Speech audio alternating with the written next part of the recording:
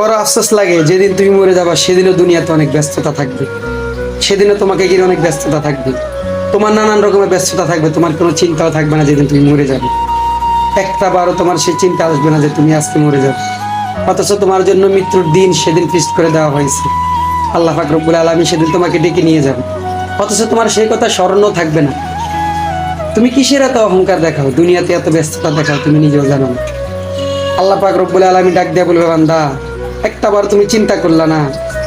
তুমি যখন যুবক অবস্থায় রাস্তাঘাটে চলাফেরা করতে, তোমার চোখের চাউনি দিয়া তুমি নানান জায়গা দেখতে পারতে, কত দূরে দূরে অনেক কিছু দেখতে পারতে, ফলমূল, কত রকমের নারীর, কত রকমের কত কিছু তুমি দেখতে পারতে।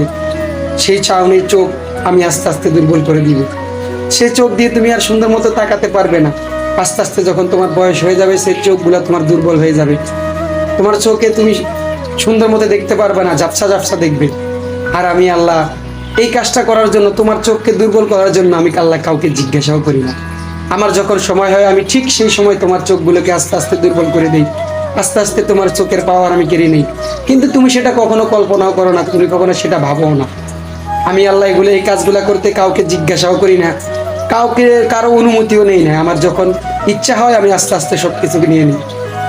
আল্লাহ পাক আবার ডাক দিয়ে বলবে, বান্দা তুমি আরেকবার চিন্তা করো, যখন তোমার হাতে তোমার কত পরিমাণ শক্তি ছিল, তুমি হাত দিয়ে নানান রকমের কাজ করতে পারতা, যে হাত দিয়ে তুমি চাইলে বিভিন্ন কাজ করতে পারতা, কত বড় বড় লোহার, কত ওজনের, কত ওয়েট তুমি উঠাইতে পারতা এই হাত দিয়ে। আর সে হাত দিয়ে তুমি একদিন 1 কেজি ওজনও তুমি উস্কাইতে তোমার কষ্ট হবে। তুমি সে হাত দিয়ে কোনো ভারী কাজ করতে পারবা না। যুবক অবস্থায় তুমি সে হাত দিয়ে নানান রকমের কাজ করতে, অনেক শক্তিশালী কাজ করতে, কিন্তু আস্তে আস্তে তোমার সেই হাতকে আমি দুর্বল করে দিব। সে হাত দিয়ে তুমি চাইলেও ভারী কাজ করতে পারবা না। আর এই হাতকে দুর্বল করে দেওয়ার জন্য আমি আল্লাহ কাউকে জিজ্ঞাসাও করি না।